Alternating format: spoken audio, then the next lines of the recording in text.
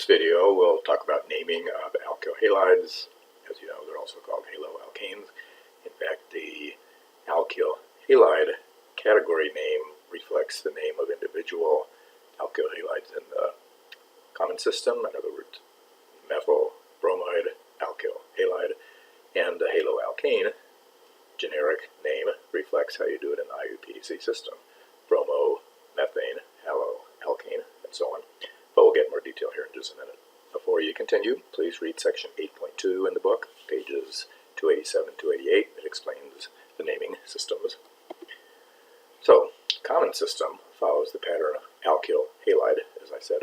So essentially what you do is you name the alkyl group to which the halide is attached first, and then you say the name of the halide. So methyl fluoride would be an example. So here's some other examples. Ethyl bromide, because it's an ethyl group attached to a bromine. Very simple idea. This one, you may remember, is technically not an alkyl halide because the chlorine is attached to a carbon that has a double bond to it, not an sp3 tetrahedral carbon. But even vinylic halides, otherwise known as alkenyl halides, can be named using the same system. So what is the name of this group? That should be a CH2, double bond CH. That's vinyl, a vinyl group, and so that's vinyl chloride, which, by the way, serves as the basis for polyvinyl chloride, or PVC. Here's another example. This is an isopropyl group, three-carbon chain attached in the middle is called isopropyl, if you'll remember. That's one of those very common names that you need to be familiar with, isopropyl. So this is isopropyl chloride. This one, another carbon chain that has a double bond in it, but this time the halogen is attached not to the double bond, but to the carbon next to the double bond. So this is an alkyl halide, even though it has a double bond in it. And so this three-carbon chain, you may remember, is called allyl. So it's a CH2, CH, double bond, CH2. So that's an allyl group. Fluorine attached to the allyl group, so it's allyl fluoride. This group you might think is called benzyl, but if you remember, it's not. That's a phenyl group. Very strange how that happens. But phenyl is the name of a benzene ring with 5 hydrogens at the other positions, and one of the carbons attached to something else. In this case, the something else is an iodide. And so this is phenyl iodide. And finally, this is cyclopentyl bromide. So these are just some examples of the many possible common names that you will find. One thing that you might notice, even in the generic name alkyl halide, the IDE ending suggests that it's negative, like chloride is Cl minus and bromide is Br minus. That's not the case in organic compound. This is not a Cl minus. This is a neutral chlorine covalently bonded to a carbon. This is a neutral bromine covalently bonded to a carbon, and so on. Now, in the IUPAC system, we basically follow the pattern haloalkane. So in other words, you name the alkane using the longest chain, all the various rules, numbering from the end closest to the first branch point, all those sorts of rules, and then you just say the name of the halogen, leaving out the gen. So the halo would be chloro, bromo, fluoro, iodo, and then the name of the alkane. And if you need to put a number in front to indicate where the halogen is, then you do it. So, same examples we looked at a minute ago. This we called ethyl bromide in the common system. This is longest chain 2, so it's ethane. Bromine is attached to the ethane chain, and so it's bromo, ethane. Now notice in this case we don't put a number in front because on either carbon of the 2-carbon chain it's the same thing. So same idea here. This is ethene. That's the IUPAC name for 2-carbon chain with a double bond in it. Chlorine attached to the ethene, so it's chloroethene. This one now we do need a number because the longest chain is 3, so it's propane, 3 carbons. The chlorine is attached to carbon number 2 of those 3 carbons, and so it's 2-chloropropane. The reason you needed 2 there, and not in this case, is because it could be on the other carbon. It could be over here, in which case it would be 1-chloropropane, and those are 2 different compounds, and so you need the number to distinguish which of the 2 possible compounds is it. Same idea here. This is a 3-carbon chain with a double bond, and so it's propene. The double bond starts at carbon number 1, so remember, if you have a longest chain, you start numbering from the end closest to the double bond. That takes precedence over the halogen. So this is 1, 2, 3, so the fluorine is at carbon number 3, so it's 3-fluoro, 1-propene. This is just iodobenzene, because if there's no other groups on there, no matter where you put the iodine, it's going to be the same compound, so it's just iodobenzene. You don't need a number in that case. Same thing here, bromo cyclopentane. So in each case, the carbon chain, it provides the last part of the name, so ethane, ethene, propane, propene, benzene, cyclopentane, and then the halo group is in front, so chloro, bromo, iodo, or fluoro. Here's some more examples, a little bit more complicated ones that you can name in the IUPAC system that you would not be able to name in the common system because they're too complicated. So let's take a look at this first one. The longest chain is 4, even though the ring is 5. We're going to name it based on the longest chain not in the ring, in this case because it has several other groups attached to it, so it's going to be a whole lot more efficient if we name that as a butane with a methyl group, a bromo, and a cyclopentyl on it. So it's a butane.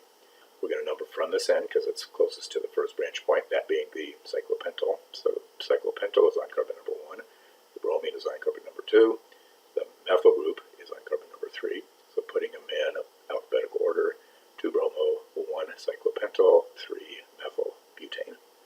This one, not much more complicated, but because it has a double bond in it, it's not pentane, but it's pentene, and we have to put a number in front of that name to indicate where the double bond is, independent of the chlorine. Well, since the double bond is closest to this end, we're going to start numbering at this end, so that's 1, 2, so it's 2 pentene, and then there happens to be a chlorine at the third carbon in the chain, so it's 3 chloro, 2 pentene.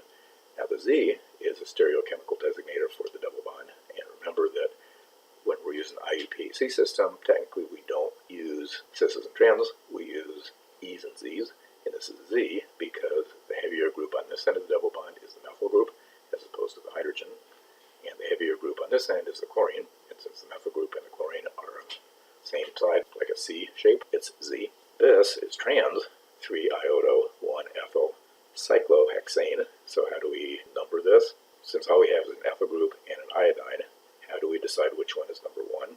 We know that we're going to number around towards the other one as soon as possible, but is it the ethyl that is number 1 or is it the iodo that's number 1? Well, in that case we use alphabetical order, so ethyl comes before iodo, so it's 3 iodo, 1 ethyl, cyclohexane. Then what is the trans? Well, that's indicating that the ethyl group is up on a wedge, the iodine group is down on a dotted line, so it's trans. On a ring, when you have groups up and down, you can use the cis and trans names. Okay, then this one, the more complicated part is the ring, so we're going to base the name on cyclopentene. We're going to number it from that carbon, so that's 1, 2, 3. The reason we do that, remember, is that in a cycloalkene, you need to number the 1 and the 2 carbons as the 2 carbons of the double bond. So we will choose that one as number 1, so we get to the branch point as soon as possible. Using that one as number 2, that one becomes number 3. So it's 3 cyclopentene. But then we also have this big group attached to the cyclopentene, and that's a 3-carbon chain, so it's propyl, but it has a fluorine at the second carbon of the propyl, so it's 2 fluoropropyl, and so in parentheses we put 2 fluoropropyl. That 2 is the numbering system on the chain. That 3 is the numbering system on the ring, and that's why we need parentheses there to indicate that it's 2 different numbering systems for 2 different parts of the molecule.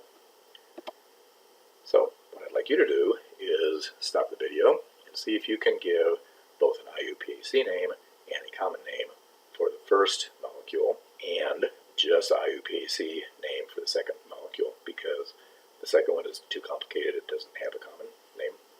So stop the video and I will be back in just a minute to reveal the answers. So here we go. First one, longest chain, 4 carbons, so 1, 2, 3, 4. We're going to number from this end because it's closer to the first branch point, which is the bromine in this case. So that's number 1, and so it's 1 bromo, then 2 and 3, and number 3 has a methyl on it, so it's 3 methyl butane. You put them in alphabetical order, so the B comes before the M, so it's 1 bromo, 3 methyl butane. Now what about a common name for this? Well, you may recognize that when you have something attached to a chain of carbons, and then you have a methyl on the second to the end, that constitutes an iso group. That's the CH, CH3 with a CH3 on the same carbon. If everything else is a straight chain, then we can name the whole group as an iso something. And since there's 5 carbons altogether here, that's going to be isopentyl, and then space, bromide. So in the common system, you name the alkyl group first, and it's an isopentyl group, and then you say the name of the halogen with IDE ending, so isopentyl bromide. What about this compound? Well, the longest chain is 1, 6, so it's going to be hexene because of the double bond. You're going to number from this N first because that is closer to the double bond. So it's 2 hexene. And then on the fourth carbon, so it's 1, 2, 3, 4. On the fourth carbon we have a fluorine, and we also have a methyl group. And so it's 4 fluoro, 4 methyl, listing F before M in the name. 2 hexene, and it's E because the double bond is clearly trans. The heavier group here and the heavier group here are across from each other, so it's the E isomer. Now, draw the structures for these molecules. So stop the video and try to write the structures. Yeah. Okay, so here we go. This first one, cyclopentyl methyl iodide. That suggests there's an iodine with a methyl on it, so it'd be just CH3I, except there's a cyclopentyl on the methyl group. So it's cyclopentyl methyl iodide. This one's a little bit easier, 2-bromo, 2-methyl propane. So the longest chain is propane. 1, 2, 3. There's a methyl group on carbon number 2, and there's a bromine on carbon number 2. So that's 2-bromo, 2-methyl propane. Once we have this structure here, stop the video again and see if you can give the common name for that compound. T-butyl bromide. Remember, if you have 4 carbons with a tertiary carbon in the middle attached to something and 3 methyl groups all attached to that carbon, it's one of those 4 butyl groups: N-butyl, isobutyl, sec-butyl, T-butyl. This one happens to be T-butyl. And finally, 4 carbons, 1, 2, 3, 4. Double bond between carbons number 1 and 2 because it's 1-butene. Methyl groups at carbon number 2 and 3, so there's a methyl group at carbon number 2 here, and a methyl group at carbon number 3 here. And then 3-chloro, besides that methyl group at carbon 3, there's also a chlorine at carbon number 3. So there's the structure.